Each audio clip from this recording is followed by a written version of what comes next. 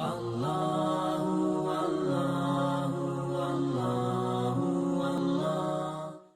again, you're talking about attribution or talking about manuscripts? Manuscripts. So do you have a book, it's called Forgery in the Name of God by Bart Ehrman? No, but I do have other books that track basically the chain of custody. Okay, so the earliest Greek manuscript that's the complete Gospels is how old? About 30. They were written 30 years. Yeah. How many manuscripts of the New Testament do we have from the first Christian century? None. From the decades after the books were written, how many do we have? The years afterwards, the decade, none. Zero. How many do we have from the early second century? Say, manuscripts that clearly date up to around the year 150. We have one scrap. This is it. This may look big because it's a big screen. This is the actual size. It's the size of a credit card. Yeah, sorry. Look this up when you go home, okay? No, I know now where we're disagreeing. Okay. The oldest existing manuscript. Yeah, the one that we can prove. However, right. 400 years for the first complete manuscripts, right? We can look back to old church fathers who were quoting it before that. Sure, but those quotes are written. And find out that it was written earlier on. Okay. So we don't have older manuscripts, but we can find out when it was written. Okay, so you are apparently well read in the Bible, right? You guys are from a church group, I'm assuming? Familiar with Christ. Okay. Oh, you are. Great. Let me ask you a couple of questions then.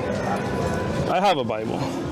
Are you aware that Bart Ehrman agrees that the Gospels were written early by the apostles? How many complete manuscripts do we have from the second and third centuries? None. 94% of our surviving manuscripts come from the 9th century and later, which is great if you want to know what the Bible looked like when Christians were reading it in the year 890. But if you want to know how they were reading it in the year 70, you've got a problem because you don't have manuscripts from that period. I've actually listened to his lectures. I have a few of his books. I have seen his research on the earliest manuscripts, right? Are you aware that he agrees? Yeah, but he did not, right? From his book that I have published, that I have at home, that I can bring for you, he says that none of these can be attributed to actual disciples. These are Greek writings. Have you read his books? We do not have the originals of the New Testament, period. Next week we'll bring his books and take a look at them together, then how's that? All right? Let me ask you about the Bible itself then. Who's the father of Joseph, the husband of Mary? I don't remember. I could look in the... Here it is. You want to read it? So, Jacob. Jacob's the father of? Joseph. Who's the husband of Mary, right? Okay. Make sense? Sure. Okay. Here in Luke, who's the father of Joseph? Oh, this is two different genealogies. Okay. One is tracking the biological line. Where's that from? Through Mary, and the other is tracking the legal Where's Mary? Joseph. It says the son of Heli. Is Mary going to be the son or daughter? So, according to Jewish tradition, when Joseph married Mary, he became a son. So then he was the son of So Heli. that means the word son here means son-in-law. According to Jewish tradition. Okay. So that would mean that the same word here used for Matan is the son-in-law of Levi, the son of, because you're not going to use the same word differently, right?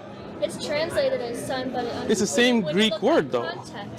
No, but the same Greek word is used throughout. So then I guess Adam is the son-in-law of God, because the same word is used all the way through. No, you have to look at the context. I have the Greek of it, right? Do you have a Greek Bible? We do at home. So when you have the same Greek word used throughout, why did you change that? Where does it say this has to do with him being the adopted son or the son-in-law? See, again, you look at the legal line for David. So the question here is, how did you get that? Meaning, because here it says, now Jesus began his ministry at the age of 30 years, being the supposed son of Joseph, the son of Heli, the son of Matthat, the son of Levi, the son of Michli. They're all using the same word. So are you saying this word here, according to the context, is not referring to sons, but to son-in-laws? according to the context in the one spot, it is. Where is that context? Where did you get that context? That Eli is the father of Mary? Yes. Are you sure?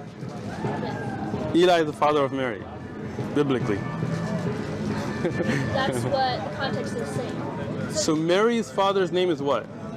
Eli. You're sure about that? So if I can bring you historic documentation that it wasn't, then would you believe it's a clear contradiction? Historic, even the Catholic Encyclopedia, for example, you may not be Catholic, but I'm saying here the father of Mary is not Eli, right? Historically. Okay. But you are reading that in, trying to put together a clear contradiction. No, but okay. That's Jewish law and historical context Okay. that we're... Isaiah was 42 years old when he became king, and he reigned 1 year in Jerusalem, right? Okay. How old was he?